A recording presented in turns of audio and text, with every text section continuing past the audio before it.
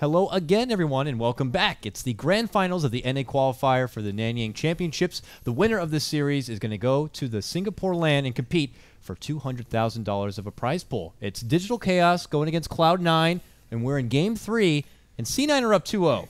It's been domination from them as well, I think. Looking at the way the game's played out, Game 1, they kind of dictated the draft, got the heroes they wanted based on what they kind of expected DC to pick. I'd say counterpicked a lot of their draft. They just moved the lanes around well, outplayed them. Game 2, felt like DC were kind of going for an all-in desperation techies pick, and we never really saw the techies have much of an impact. Well, we'll see. Are we going to be treated with 3 straight techies games? It's much more plausible now. First pick Tusk going to go to Cloud9's side after they already put priority in banning out, of course, your Lesh, Bounty Hunter. The other side, they get rid of the Gyrocopter and the Lina, and quickly we go away here. Look, Digital Chaos, they get their Darkseer Dazzle combo, and the quick response from Cloud9 is the infamous, now Ritsu AM. So this is kind of like the Game 1 repeat where DC still want to commit to the Darkseer in the first 2, which they know the Anti-Mage is coming. As soon as you pick the Darkseer up, C9 are going to go for the Anti-Mage. They've already got the Tusk to give them that great team fight, mid-game space creation. But DC just go for the Dazzle instead of the Earthshaker. I think they feel like having that support just really helps boost up their laning stage, gives them a bit more kind of mid-game aggression. Having the Shadow Wave as well as Grave to back them up. And it's some good physical damage amplification as well, which is always a way of dealing with an Anti-Mage. Good ban on the TA, though. That's one of the heroes which Anti-Mage has problems against and works really well with Dazzle. Yeah. There is an SF, which DC did reach for in their first game. Obviously, they didn't walk away with the win, but Yawar was beastly in that game. He definitely took control in the lane, and you get your common synergy with your Dazzle, because we're already getting, and they're withering away the possible options, and I know DC don't want to pick a Storm into an AM, so do they ban it? They do. Come on, guys, let me finish my thoughts so I can look kind of cool. Well, they banned it out, no surprise, because they can't take it themselves, and it's very, very plausible that Cloud9 could just give it to Brax. They banned Storm 3 games in a row against Brax. Game 1 and 3 when C9 had Anti-Mage. Game 2, DC had already picked up... they first picked Lina, so it was like... Because UR plays a great Storm as well, but they're not going to pick into AM. They're not going to pick when they've already got Lina, so... Forced to ban it 3 times in a row against Brax, and we'll see what he's on this time. Brax is very versatile. He's one of those players who... He's actually incredible in the mid lane. He just doesn't quite get the hype because he's been around for so long. So it's like, he's not like a new name. It's not like he's an exciting new youngster pub star type player. It's like, well, he's Brax. He's been around. He's played on big name teams. He played on LGD International when they were at their peak. He's played on top teams before. So people just like expect him to be good and consistent. But he's had some incredible performances with C9. You can say exactly that same thing, but change out the name for MSS too. Yeah, you know, been around the block, many teams, many faces. But he's showing something new and special here, like Brax have.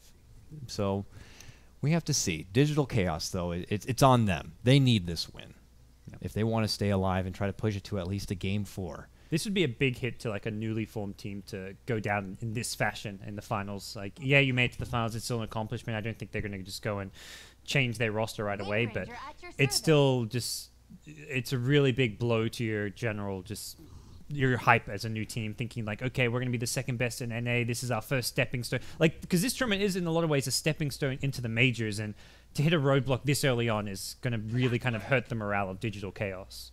And, you know, it's almost justified why there's so much hype built around this DC squad. You're talking about TI champion Owie, TI champion's brother, Yawar. TC, we know, has been around the block. New, young, and up-and-comer Biryu, and, of course, TI5 champion Coach. So, yeah. I mean, it's a star-studded game right now between both these teams. Phantom Lance are going to be grabbed after the Wind Ranger for DC. Cloud9, they're going to secure a Clockwork. So, an MSS Clockwork, SVG gets his Tusk. He plays a really good Tusk. I mean, for a player who I know, I've said this many times, Ritsu gets all the attention. It's not like we're looking to SVG like, he needs to pick up, you know, the slack, and he seems to be the heel for this team. No, he is matching up with the rest of the squad, seems to be just in tune, there for the fight, there from the get-go.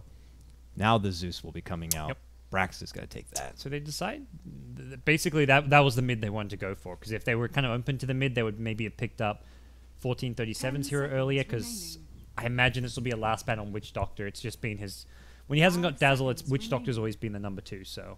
I didn't notice till now But did they switch drafters midway through? Bulba, typically the drafter for DC. It's Owie now in the drafting seat. Did this happen mid-series?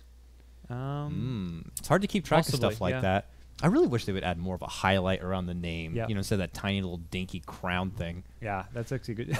Come on. Good point. Ice Frog out there, listen up. Highlight it. Make him a shiny star. But, yeah, Owie in the drafter seat. It's hard to say what they're, you know, for some teams, it's a very open forum as far as ideas and, you know, working back and forth here. But who knows what's happening behind the monitors of the DC squad right now, switching drafters over. We'll see if Howie's going to be able to string together a team to get them on the comeback. They last banned the 1437 Witch Doctor. And Cloud9 now with their last ban looking to rid of the 4 position. Secondary support, an Owie hero here. Visage possibly. No, they're going to put more on the Naga. So Visage is still out there as a possible option. Could they consider going jungle maybe? We've seen no more jungle play at all throughout this whole tournament. No Enigmas, no Chens. The Enigma is probably the big one you'd consider. Be greedy, but you know C9 have some greed of their own. They've already picked up the anti-mage. They'll be safe laning him. There's pressure that'll be coming out on the map from the Tusk though, so I think it's possible because PL is just such a good sustainable laning carry. So but there's one more pick on Cloud9, and it is for a support. And it could be a quick counter. Like what about like something like a silencer could come up? We know 1437 plays that very well, so it might be too risky to commit to something like an Enigma.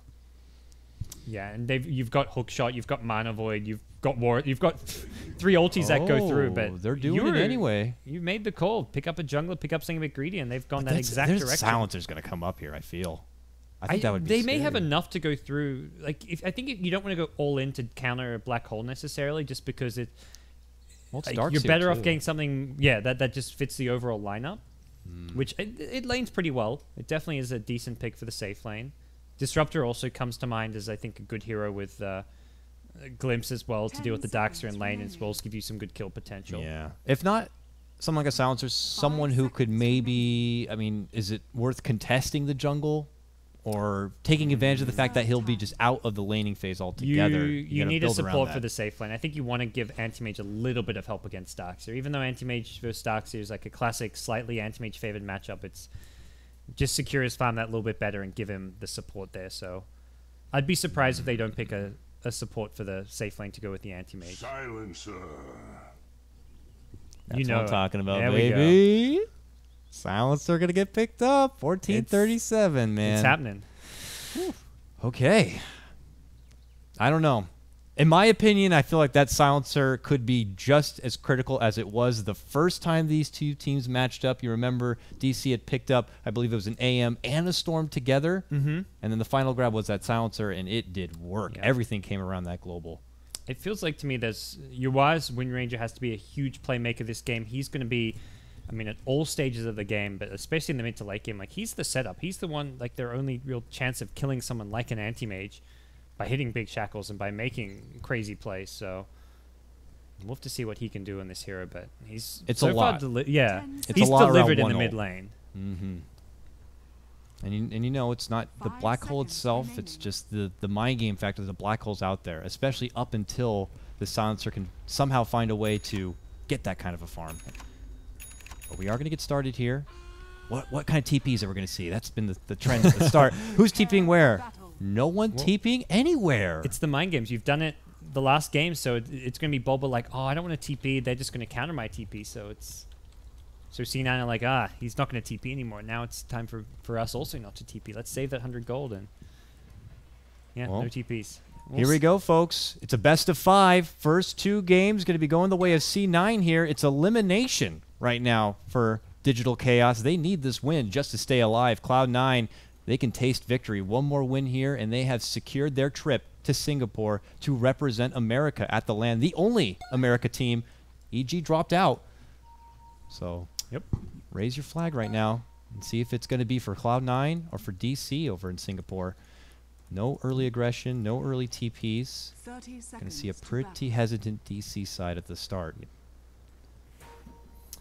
The lane, this will be another kind of heavy farming game. You've got Zeus, who's not really that aggressive of a ganker. He'll look to like throw the ulti to help set up ganks, which maybe the Clockwork and the Tusk are leading, but both sides going fairly greedy and focusing more on the farm. You've got AUI who's going to be jungling the Enigma. You've got a Zeus anti-mage draft, 2 kind of heavy farming heroes. So we'll see kind of a similar playstyle from both teams as we saw in the past games, where don't expect this game to end anytime in the first 30-35 minutes. No invasion in the jungle. Nothing to stop Aoi from being able to do his Enigma thing here.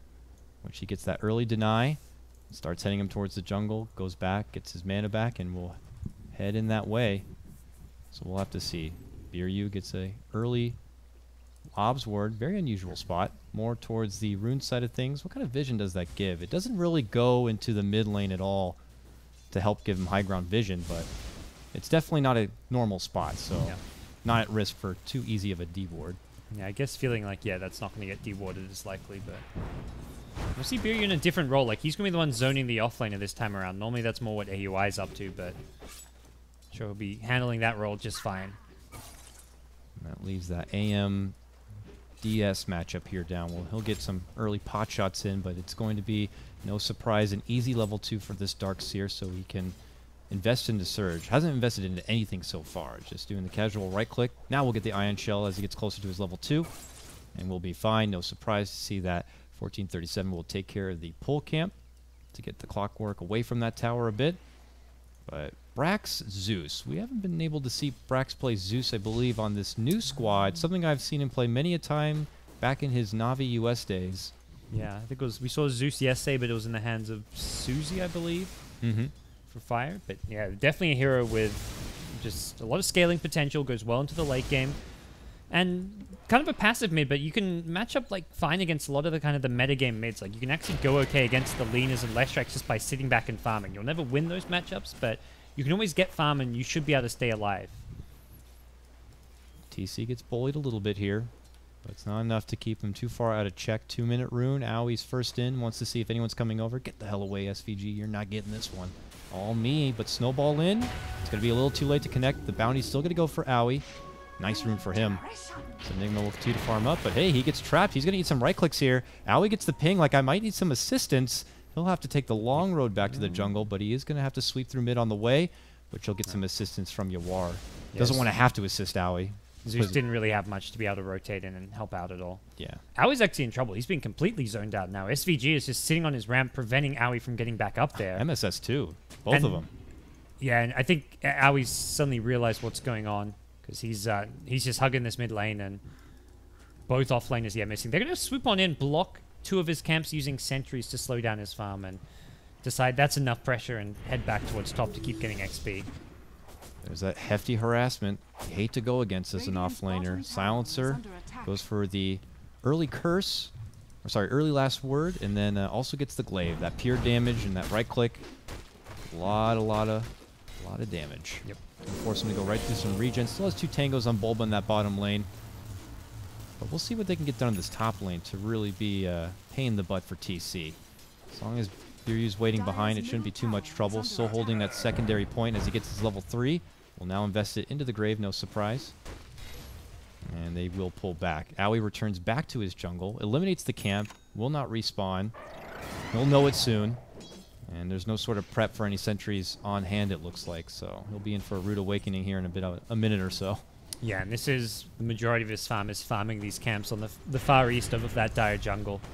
He's not going to want to have to make the move in rotation towards the camps over near the lane, because that's just a long way away. The dire jungle much kind of more widely spread and just not efficient use of his time.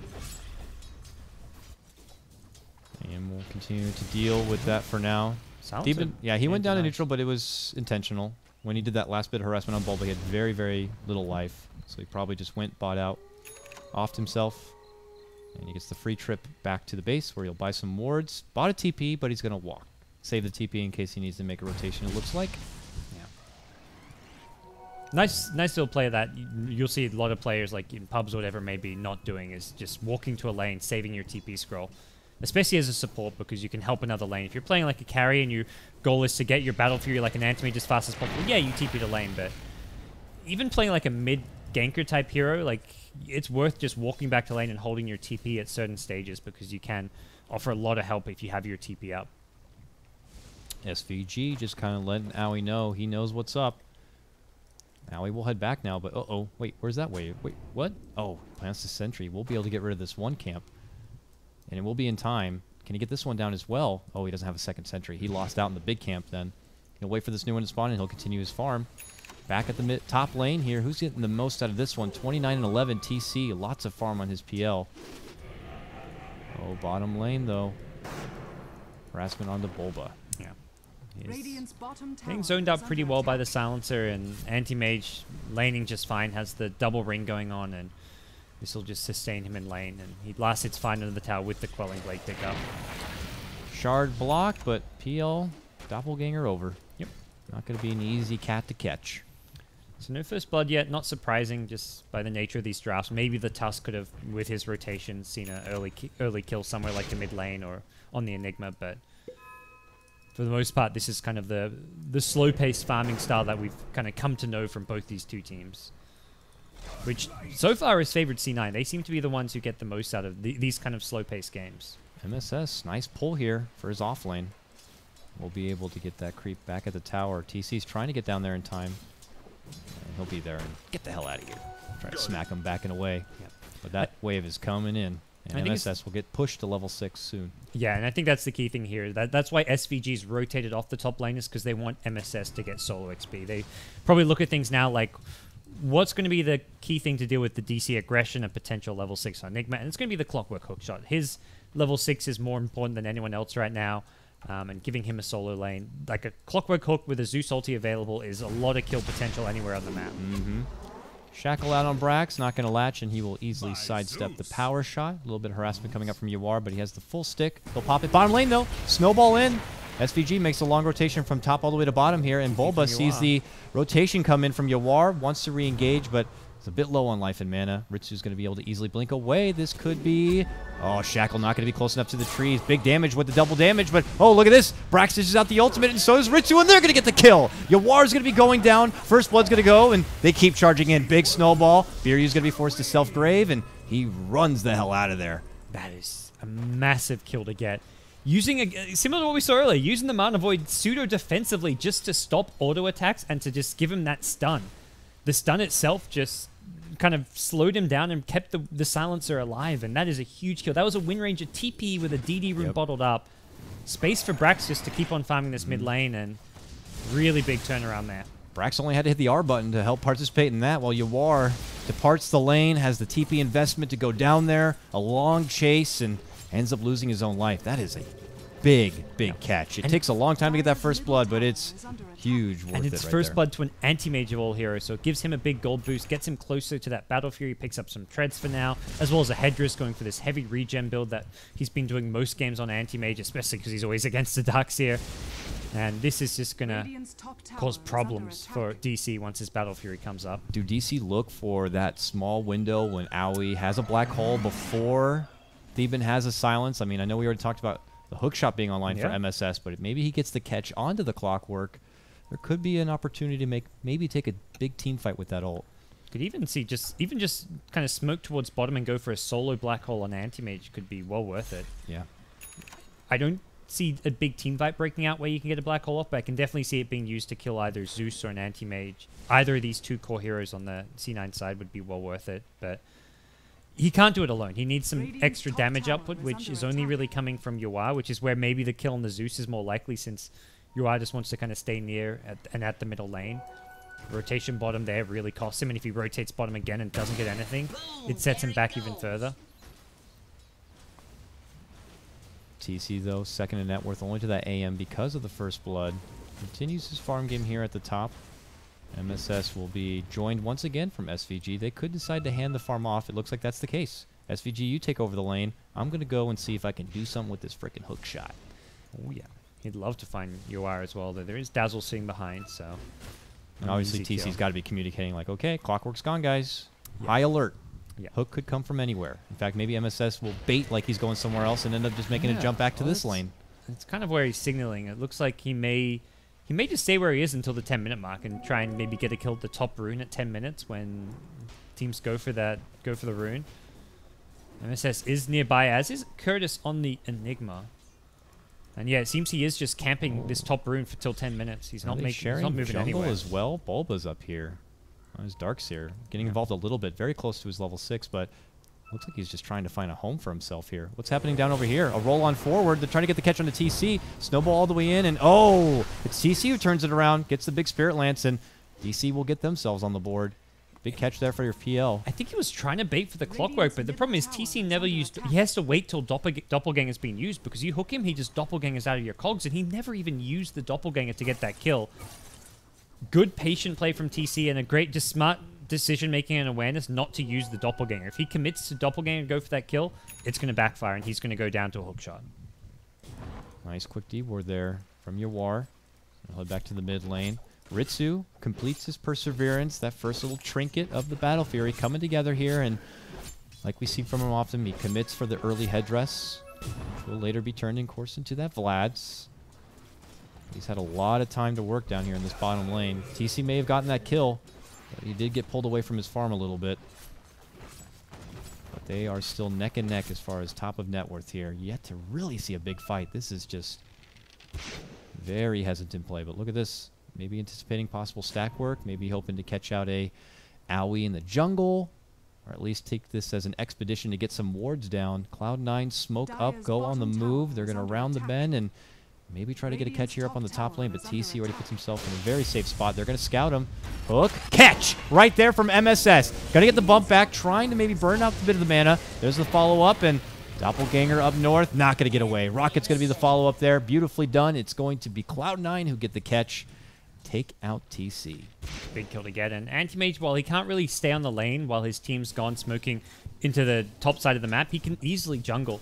That's one of the great things about this build. He goes with all this extra HP regen, gets the treads, doesn't cut any corners to get the faster Battle Fury. He can jungle so well and so efficiently, so it's not really hurting his farm that all his supports and kind of ganking heroes are off missing and not helping him, because he can just find farm without any assistance.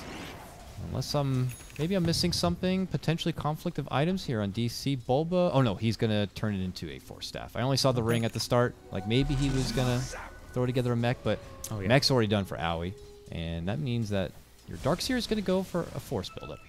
Yeah. Very good against the Clockwork, so they need someone to get it. Yeah, Bulba well-versed in dealing with Clockworks. Just rushing this on one of your heroes. And Bulba's always going to be looking to be at fights, so... They're dancing around. Yawar thinks that there's a hook shot, so he's...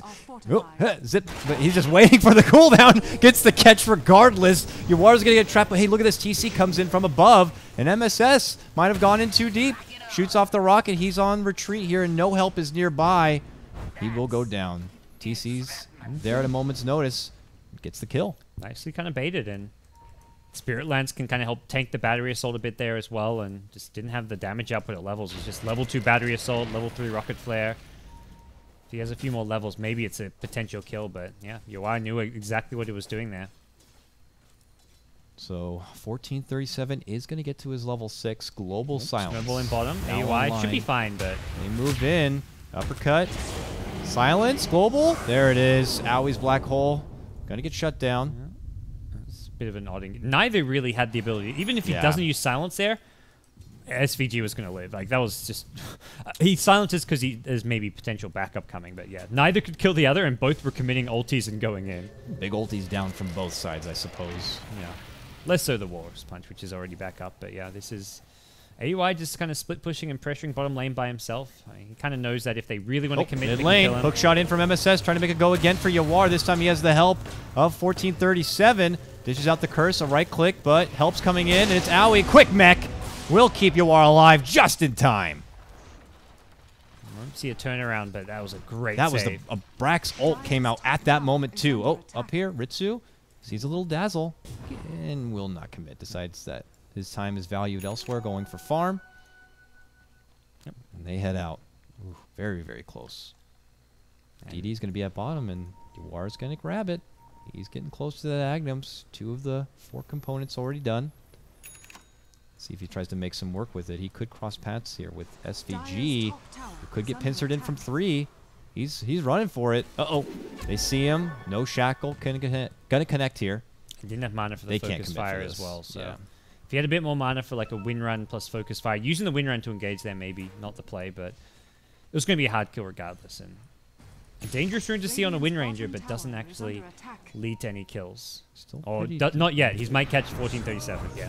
Now they're going simultaneous action. A good catch right there. Yawar creeps in, spots out the silencer, finishes him off as they were going to make a move on Ritsu in the top lane. So it's going to be DC who gets the quick pick on the little support. Your silencer didn't have global regardless. Bottom lane. SVG is going to clear out that push pressure for Maui. Get a nice chunk of change for himself. At the same moment, Bulba will be able to finish off his 4-staff here. But look at the move in here. TC trying to flex his core muscles here onto Ritsu, who is about to have this. He actually has the Battle Fury right now. So the farm can begin. Well, he's farming and Yua's dying in the mid lane. Clockwork again just keeps on applying pressure. Really just, it seems he's almost exclusively hunting around for this Wind Ranger. The Doppelganger from the PL means there's an easy escape, and Darkseid's a 4-staff. Wind Ranger's just the ideal target, and twice Wind Ranger escaped the gank. This time not so lucky, but it's just constant pressure. Keeps Yua kind of underfarmed. Really just prevents his item progression. He's fallen behind both Zeus and Anti-Mage by a pretty decent margin now. And we'll see 1437 for now has the glove. Last time was able to farm together that Midas so they can help him get the XP, get that global leveled up, and get that quick refresher.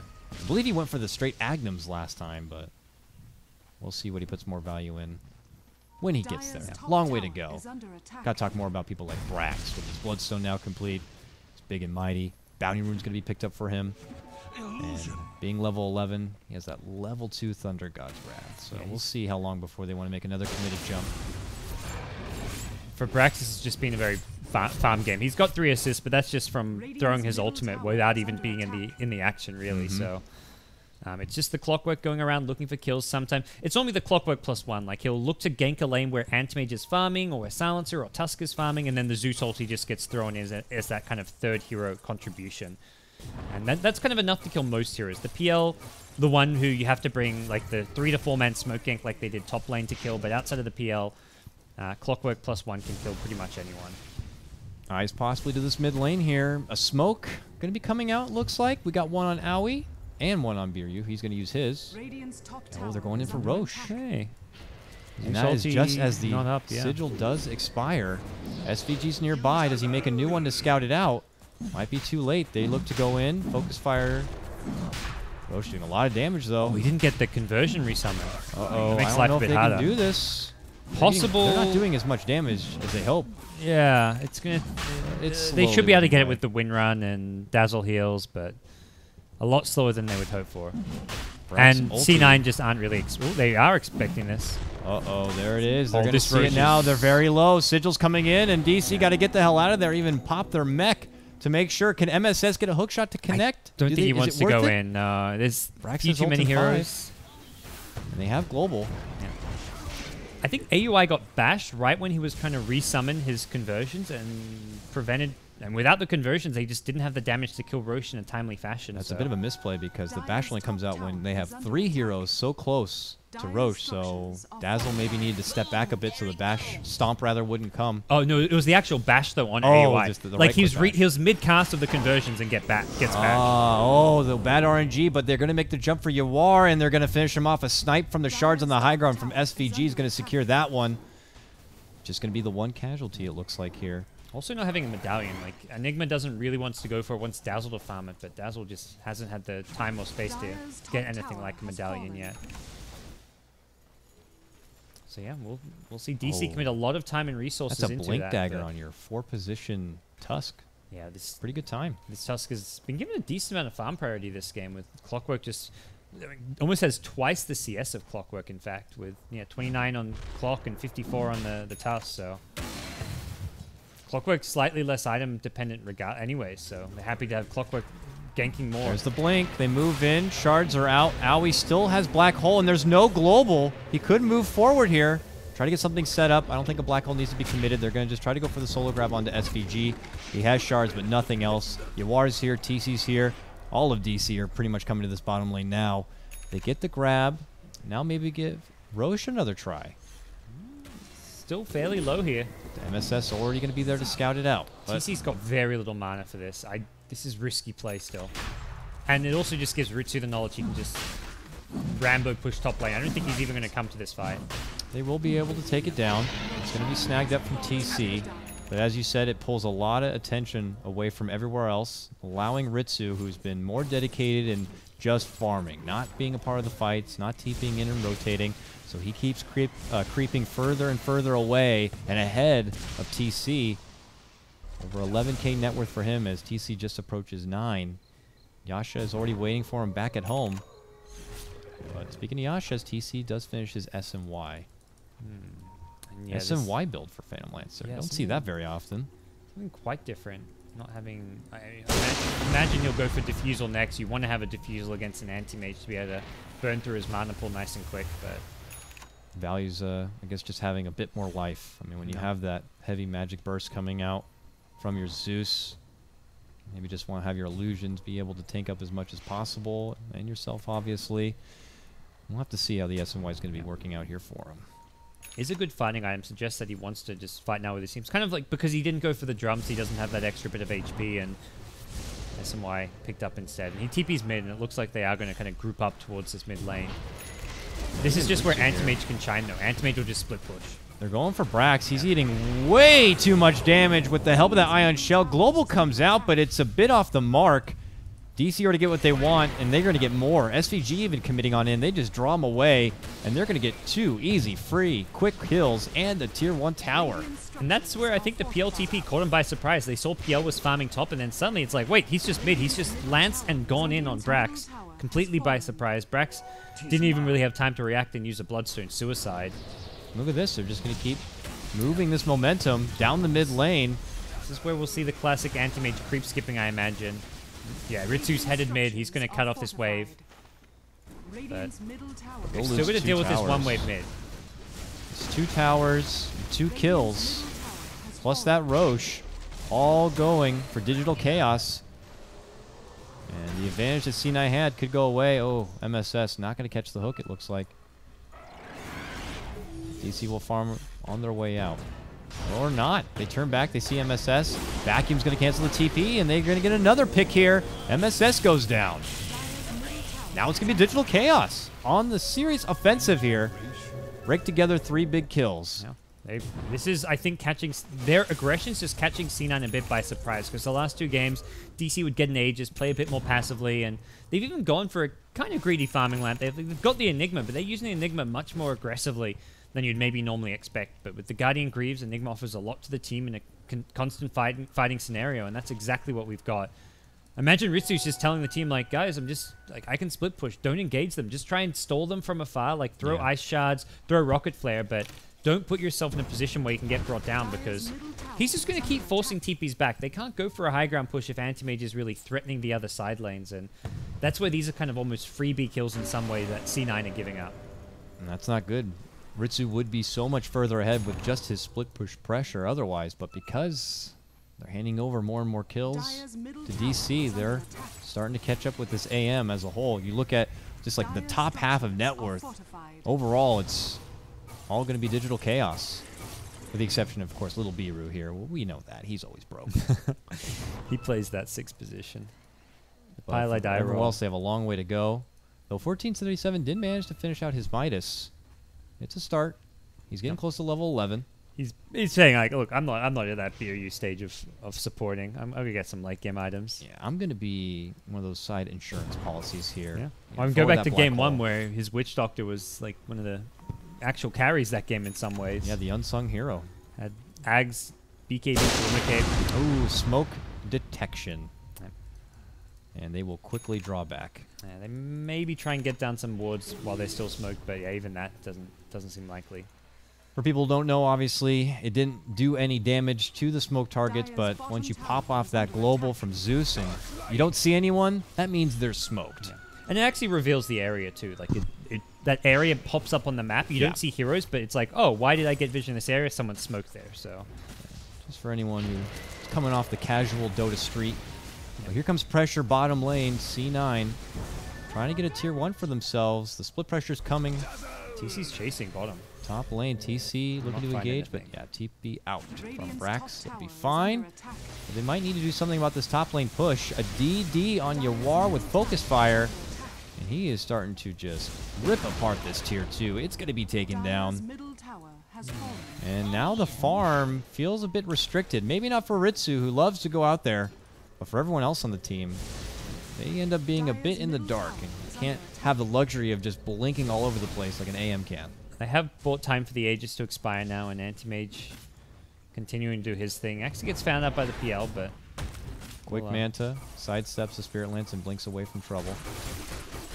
The Illusion Wars. TC will win that one, and he'll take his jungle back and continue to farm there. So we touch base with everyone else as begin to throw their items together. Owie finishes out his Greaves. He gets his Ogre Club. First component, I imagine, towards that BKB, which will save him from the first Global Silence. I implied that maybe later on in the game a refresher will come up if it gets down that long. Oh, top lane. They're very close to TC. Rocket as the Doppelganger's there. Hookshot is only going to be on the Illusion, but hey, blink forward. Snowball, they're doing all they can to catch up with him, but they can't stop him. SVG will just rotate back to base. They don't want to be overextending themselves into uncertain territory. It's got a bit too far, a bit too deep for them to be chasing down a tanky hero that's hard to kill like the PL at this stage. They got a bit confident when they know the PL's Aegis has expired, but ultimately it was a very risky play to make. Here comes trouble in the form of DC. And this AM non-smoke move. AM's actually getting more and more, like, out-farming the PL by a pretty good margin consistently. Yeah. But let's see what the plan's going to be, because they can't really... They don't want to just waste time running around chasing the AM trying to gank him, because if they don't get kills, they're going to get more and more out-farmed, and it's not a good use of their time. So for now, they're taking towers. They take the last outer tower on the map, and even without an Aegis, they're going to look to threaten high ground and force these TPs back from everyone except the Anti-Mage, at least. All ults are up and ready. Digital Chaos. Look at this. They're charging way past. Brax is going to be forced to suicide here and buyback. Oh boy, Ritsu might be needed here. He's going to be TPing back now. DC, do they toy the idea of standing in a little MSS? Big catch. Follow-up global. Can they eliminate the Enigma before the black hole can come? They can. He's going to get dropped right then and there. They're going to get the follow-up. TC's going to get dropped, and now it's going to be C9 moving in. They want to clear out the rest. Biru's like, look at me, guys. Come for me. He's going to get killed. The Tusk Shard almost working against them. They can't push past, and there's going to be a quick TP out. Brax, he gets caught at the start, but comes right back with a triple. It does mean he didn't actually get that much money for those kills because of the buyback penalty. 60% of his potential earnings taken away, but still a huge victory for C9. I mean, it really goes to show just how strong this Anti-Mage is and how actually teamfight ready he can be. He rocks up to that fight, and now the big thing is Enigma, Guardian Greaves are on cooldown, so Enigma did not have a way to get rid of the global silence once it came out. If the Guardian Greaves are up, he can use that to get rid of the silence and then potentially get off a black hole. Hookshot had been used, silence had been used. Getting a Blink Walrus punch off on the Enigma during a black hole, not easy. And that's something which could have been a game changer. It was about 6 seconds off coming online, the Greaves, and unfortunately what results is C9 get 4 kills and now towers to boot as well. There it is. Tier 2 will drop. It makes you wonder, do they consider picking up a side like Lotus Orb or something just to guarantee Owie's not going to get stuck in a position like that? He'll go for the BKB. He's getting BKB with the Greaves. So you can Greaves off the first silence, BKB the second. Fair enough. Yep. Yeah, because 1437 has picked up his first Perseverance, so it will be a straight refresher. No Ag Scepter today. I mean, against an Enigma, get the refresher. Yep. Especially since you know he's going to be building into that BKB. You see his Ogre Club, and what they may not know is he already has a hammer as well waiting in his stash, so he's getting very close to it. But it's not going to be enough. We get a very fast Rosham respawn now coming up. It's at 17 seconds, so about to be respawning, and it looks like it's going to be Digital Chaos in the neighborhood. Bulba immediately scouts it out. I just can't believe how far ahead Ritsu is already. Oh, this is... I mean, 7K? It's ridiculous. How? I mean, up until that fight, he was 0-0-0. Like, he'd been just exclusively farming, creep skipping, taking jungle camps. He killed TC as well, right? Like, he was the one to take him out. That's top net worth from the DC side. Yeah, that sounds... I believe that happened. More. But Here comes Cloud9. Ooh, look who's creeping in from behind. TC spots out Brax, and he's going to get the solo pickoff here. He tries a TP. Oh, he's going to be able to get away with the Glimmer. The Glimmer, he makes it out. Oh, he gets snowballed up, it looks like. Did he? No, he's back at base. Snowball's going to be SVG. Quick blink back, and he's out to safety. And Brax, even from home, is going to be able to help finish him off. He's going to be going down here, and, well, DC still consider converging. But here comes Ritsu. He looks to jump in. Manta's going to be popped. He puts his focus onto TC, but the wall's going to get dropped. Huge shackle connection from Yawar, and they're going to get the kill. Ritsu's going to be going down. Oh, shackled to his own illusion. That'll set up a Roshan as well. What a huge play from SVG, though. That Glimmer Cape to save Brax while he's TPing, and then he snowballs and blinks out to save himself. That was just a sick individual play. Still not the best result for that fight. Losing the Anti-Mage and now losing Roshan really puts DC in a pretty good place strategically, and they're going to look to use this Aegis maybe for that next high ground attempt. They've already done a good amount of damage to the tier 3 tower bottom, and they may be headed right back towards that bottom lane. Yeah, Bulba's already there. He's trying to get this push going ahead of time for his team. There was a brief response there from 1437 to try to slow it down, but as you said, here they come, running right down there to hopefully do a bit more damage where they had started before. And the big thing is Anti-Mage not alive means he's not creep skipping. Like in the past push, he was taking out the follow-up creep wave, so once that creep wave was dealt with, you could try and spam it out with the Ice Shards, the Zeus Arc Lightning. The push was over, but this time around with the AM dead, and he doesn't want to use a buyback. He does not want to have to commit that money. It becomes very tricky for C9 to consistently hold this. They're going to be forced to take a team fight, which maybe plays into the hands of the Enigma Darkseer, who are just so good in that team fight setting. They need about 20 seconds for Global to be back up. Oh, and I wonder if DC know that. And they're working around it. They already throw out the Dazzle Weave. TC's already looking to move in. They see the silencer. They'd love to get rid of him before he's able to get that Global back, but they can't. Gets Glimmered, gets help. Tier 3 will be going down here. TC eats a lot of damage from that burst. It's going to be forced to Doppelganger back out. I think that may be the end of the push, though, with AM back alive. The AIM's pretty scary to deal with because of this Abyssal Blade as well. You can just blink in Abyssal, go on someone like the Enigma and cause problems. If you don't hit Anti-Mage with a Shackle that latches, you're looking at issues coming your way. Here they come again. Now seeing if they can get some work done. Early Spirit Lance to try to zone back Brax. Rockets and everything, all they can to try to slow this wave down, but they also want to stay spread. Can't risk getting caught out. Ooh, jumping uppercut. That was a bit sketchy right there for TC. Oh, moving from Brax. He's going to pop the Aegis. But now he's going to be very low on mana. Glimmer's going to be keeping him alive. They see the AM. Oh, he's shackled. Oh, what a catch from Yawar. He goes in and gets the tree right behind him, but the man's going to get split. Global comes out, does save him. He gets right back into base. But that means that there's no Global for the Black Hole. If Digital Chaos do want to move in, it's just very difficult to pressure into this high ground and get in good position. GC made a cool play. He actually purged off the silence on the Enigma on his own teammate. Like, right as the Global came out, he purged AUI, and AUI, it basically said if C9 engaged, you can actually Black Hole during this Global. Or potentially you could have maybe solo Black Holed the Anti-Mage, although I don't think that was the play to make, so, and he didn't do that, but that could have been a very risky C9 fight if they'd gone in during the Global. And they continue to just flirt with this bottom lane. They're not really getting much more damage done on the actual tower, and Ritsu is already underway with his creep cutting. Pushes all the way up this mid lane. He's looking to head towards the top. Of course, got to farm the jungle on the way. He'll head back mid, I think, just because that's the lane where it can actually pressure the high ground. Oh, he turns back in. He's awaiting. Look at this. He's all the way inside their base. I don't want to catch the action because they're still possibly going in, but look at him! Look at him! He's getting this tier 3 mid lane! Manta. Oh, he commits the Manta. The Glyph's going to come out, and now he's like, I'm in here now, boys. I'm looking to drop a big black hole on you, but they immediately pull black. And now, Glyph going to be coming out. It's a Rax trade. What's happening for Ritsu? Ritsu's working on those racks. They already used their Glyph. Both Glyphs are going to be down. Jumping from Yawar. Shackle, not going to happen. 1437 moves up and avoids it, but look at the catch from MSS. This is all while Ritsu's still pushing that lane, so they're going to try to hold him here as long as possible. Brax dishes out huge lightning damage, but Yawar gets the save from the grave. He's now going to be forced back up inside the base. Rocket's going to finish him off. He will go down. DC, Frank to get back away, but look at what's happening. Ritsu is going to work. Now top lane tier 3 is going to be going down. They are still stuck here in the bottom lane. They can't get away. What a vacuum in the wall, though. They are tired. They want to get the hell out of here, and they're going to kill them both off first. But how much damage did Ritsu get done? Nothing too fatal. It was a Rax for, like, well, I guess a full lane of Rax for a melee Rax. The T3 tower went down, but PL came back and defended the top lane. So that kind of saves the... If they get double Rex there, it's a big issue, but I think C9 make the right choice there. With Global Silence on cooldown, they can't really teamfight too well, so they basically trade Rax while Global's on cooldown, which I think is... It's not necessarily a favorable trade for them, but it's the best trade they can get with Global not available. And then the fight that ensues, good fight for DC where they get multiple kills, including another big kill on Brax.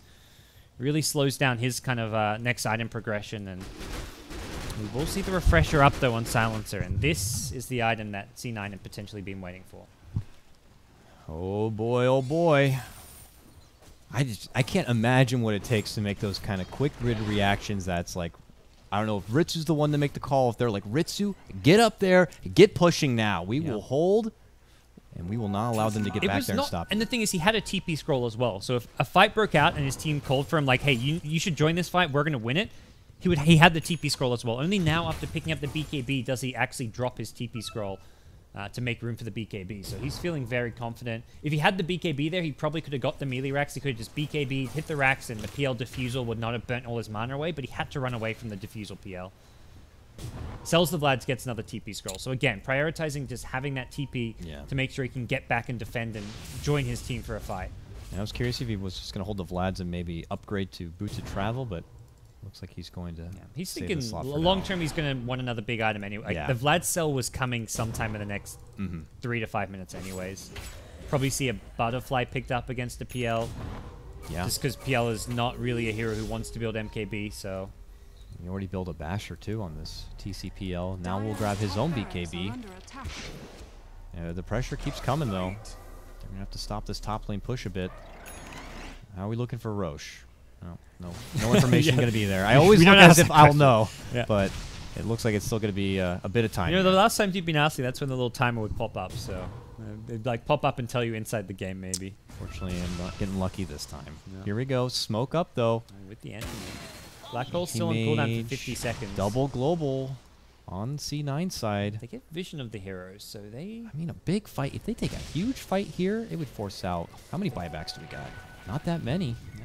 They've got Refresher Global. That could Global. be game if they take a huge fight here. Enigma does, which is one of the key heroes, and we'll have probably we'll have Black Hole by the time kind of a fight breaks out, maybe. Antimage is just in position to take a lane of Rax here. He goes in. He's okay. Backdoor protection's gone. What are you going to do about it? They move in, and he gets this Rax near dead. Down to what, an eighth its life? Of just one little push? That's got to be a rude awakening there for DC. Yeah. Just the range Rax, and that's will be, I guess, important that AM goes for that because he knows it's not going to regen. Permanent damage has been dealt.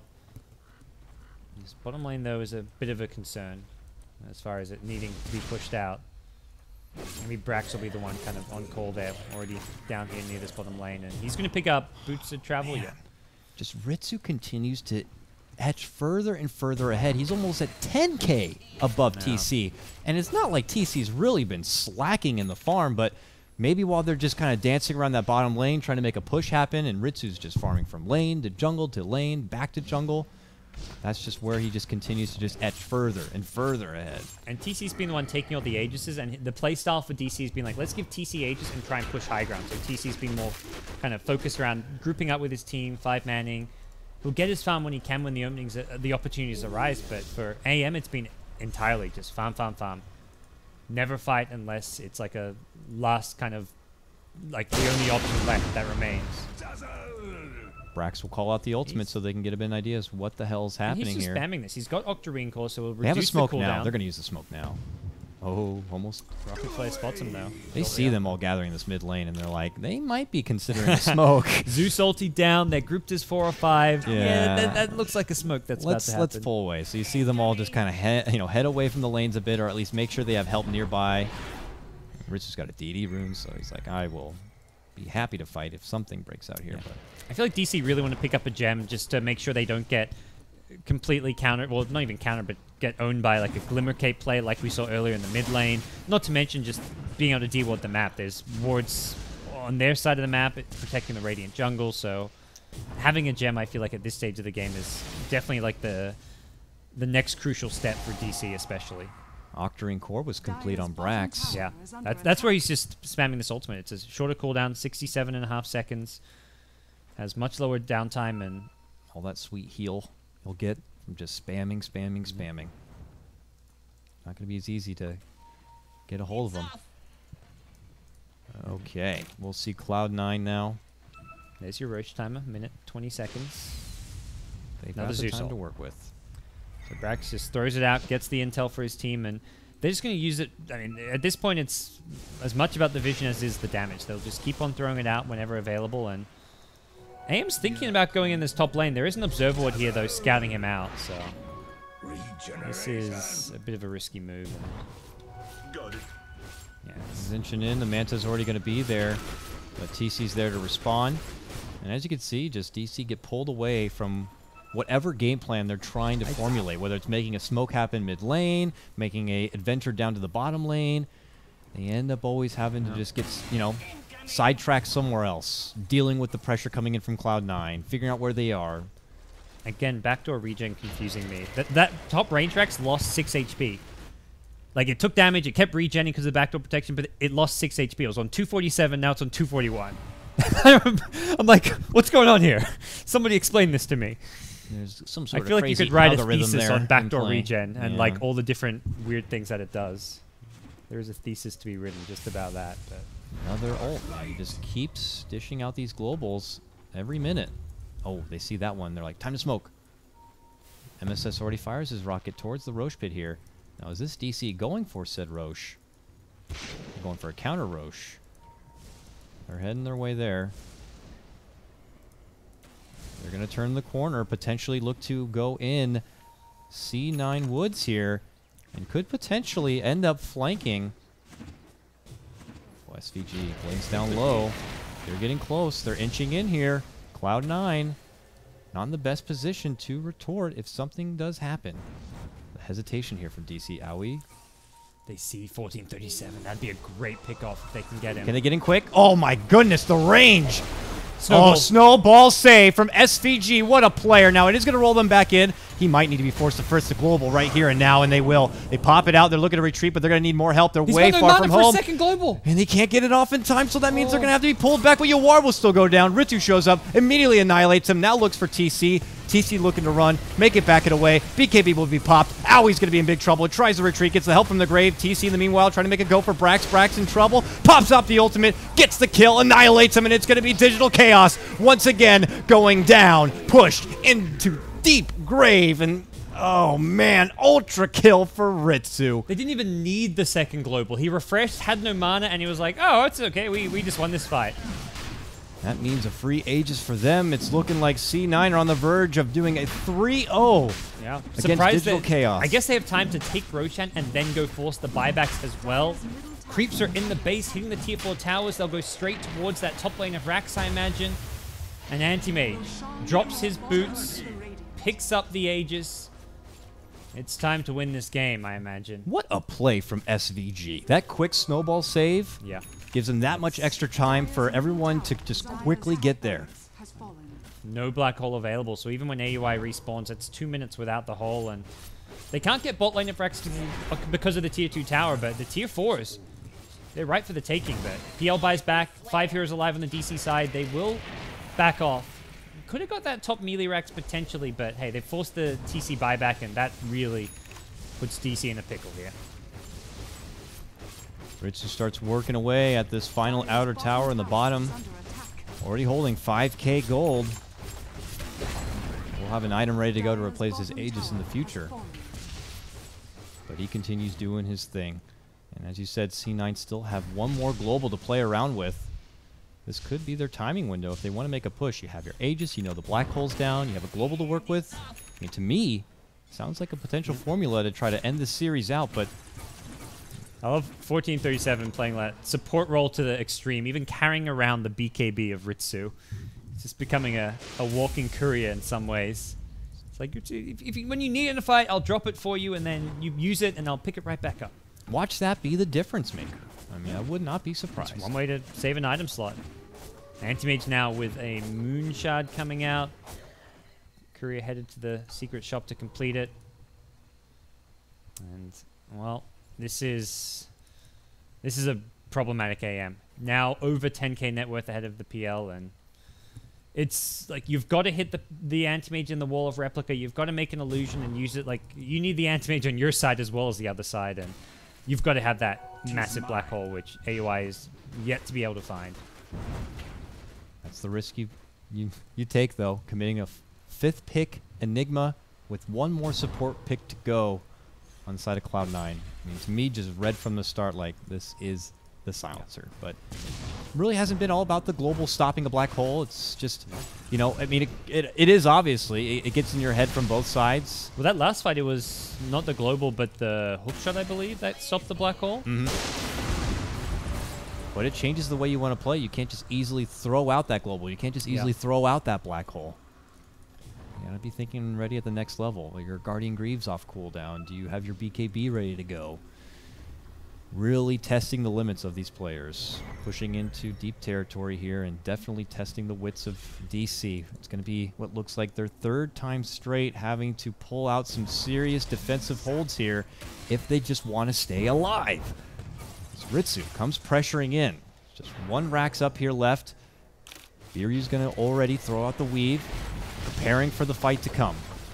And this Rax is going down. They're just going to have to hope for this one final hurrah, but Ritsu commits in, gets the big Abyssal. Global's going to follow after the Shackle does connect, so they're going to be forced to wait. They can't do anything. MSS, big hook shot onto Owie. There's the 2nd Global. He will BKB that one off and can't find the target of black hole yet, but it is up and ready to go. Look at this, TC moving in. Doppelganger forward. They're going to get 1437. A follow-up, a big Shackle will finish off SVG. But the bottom lane being ratted, AM will step away, but look at MSS. He's trying to stop them from going on over, and now they'll turn their attention onto him.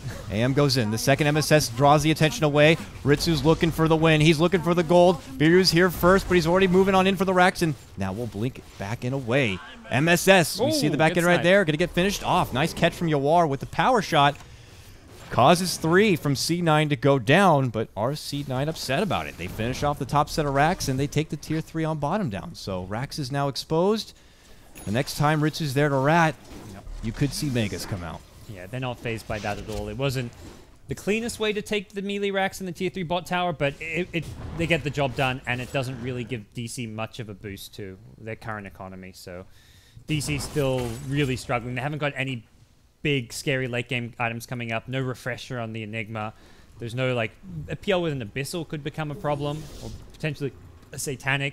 Even the Wind Ranger of Yawar is very underfarmed, has just the Crystallis to go with the Deso as far as damage items go. You'd love to see, like, a Daedalus with even an MKB needed, because there's a Butterfly on the Anti-Mage. So this push for DC is all in. They are looking to end the game. If this fails, I definitely expect the GG call to come out, but this to me is just a last-ditch effort to make something happen. Black hole, no global in sight for at least 30 seconds. C9, they hold this. They will have the game. Aegis is now expired. AM's blinking away from the base, picked up Boots of Travel, so he'll have the TP back for a fight, but he'll have to get back and get his BKB and then get into the fight. I think the call is just delay the push as much as possible, and he can even go for the throne. He doesn't have to go for the mega creeps here. He can throne faster than the DC team can. Well, they step back, they heal up. Immediate Lotus, reflection back onto Brax. Just a little bit of nuke damage. He's looking to commit in, and Ritsu does TP back. Looks like he will pick up his BKB and possibly look to take this fight. Are they going to make the jump in? Already from the low ground, Yawar. Focus fire damage. Going for the tier 3. Oh, there's a committed jump. Abyssal. TC's in trouble. Global, and he's gone. They can't do anything to stop him. Black hole going to get canceled. There's going to be the uppercut, and that is your game. It's going to be Cloud9 who will go to Singapore to represent America. They shut out Digital Chaos 3-0. What a showing. Undefeated all the way. Very impressive. Cloud9 yet to drop a game with their new team. It has just been game after game of fantastic strategy, composure from this team. It's not always been domination from the start. They've had their share of comebacks. Game 1 against DC in the winner bracket final. They had a game against Pain Gaming where they really struggled and looked to be out. This team just seems to have a really good understanding of how to play together, and it's every individual raising their game after game. It's not just Ritsu doing his thing every single game on Anti-Mage. Yes, it's a big hero that we're going to keep seeing C9 go to, but it's the whole big picture and how they create space for him. And even when games where he's on the Spectre, like how they just play around heroes like that, it's been really impressive to see this new team. It's nice to see them be able to perform at a level I've been hearing about. I frequently check with Coach Lumdun. He's very, very confident. He says that they are making huge strides in play. You're going to be seeing a whole new Brax, a whole new MSS. Ritsu is what he felt like the best possible option for them to get, so they got him. And we're seeing it here. They are playing some seriously great Dota. Like, I can't even put words together to describe it. Digital Chaos came in probably as the top favorite, but Cloud9, they're the ones to look out for. I'm ready to see Cloud9 take on EG now. Oh, me too. I'm ready for it now. Like, I feel like we just need to put like 5K on the line. Let's do a C9 Show versus match. EG show match tomorrow. Let's go. I'm ready. PPD, Arteezy's out there like casting these games. Like, Arteezy, we want to challenge. You guys need to challenge these guys. Like, put down like a money match or something, because the way C9 are playing, like, they could take it to EG. Like, even the way they made it work, you got to remember, Owie got his techies. It's like, okay, this was TI for them. And they just made it look like it was nothing. I mean, C9, it's incredible because of just like how much crap the community gave them too when they got announced. Everyone's just like, what's C9 doing sponsoring this team after they had a team with like No Tail, Misery, Envy, and this performance just shuts everyone up. It's like, oh, C9 knew what they were doing now. And it probably comes from the players too. They get this opportunity. They get a big sponsor name like Cloud9. They're like, we need to step our game up and perform. And they're doing it. I'm sure Cloud9 are happy. So with that, congratulations again. It's going to be Cloud9 who are going to be going to Singapore. They'll be your solo American team representing the great red, white, and blue. And, well, for I always almost call them the Dota Cinema boys, Digital Chaos. Fortunately for them, they will be out, nothing rewarded. Best to them in their future tournaments. We have your BTS Americas, your ESLs to look out for, but we're all done. For the Nanyang Championships, we're going to be wrapping things up for the NA Qualifier. I believe the China Qualifier is going to be coming up next, actually starting. Couple of days. Yeah, like, very, very soon. Yeah, so something else to be looking out for. We have BTS Americas coming up already in a couple of days, so if you're already eager for some more NA Dota, don't worry, you only have to wait like one day, and then you're going to get some more. With me, it'll probably be even more clowny than what we've had here. It's going to be awesome. So with that, guys, thank you so much. If you missed any of the grand finals, we're going to be uploading the VODs over on the Beyond the Summit YouTube channel. I'm Kyle Guy. That is Gods for Beyond the Summit. It's been a pleasure as always. Shout out to Arteezy's terrible hair. We'll see you later.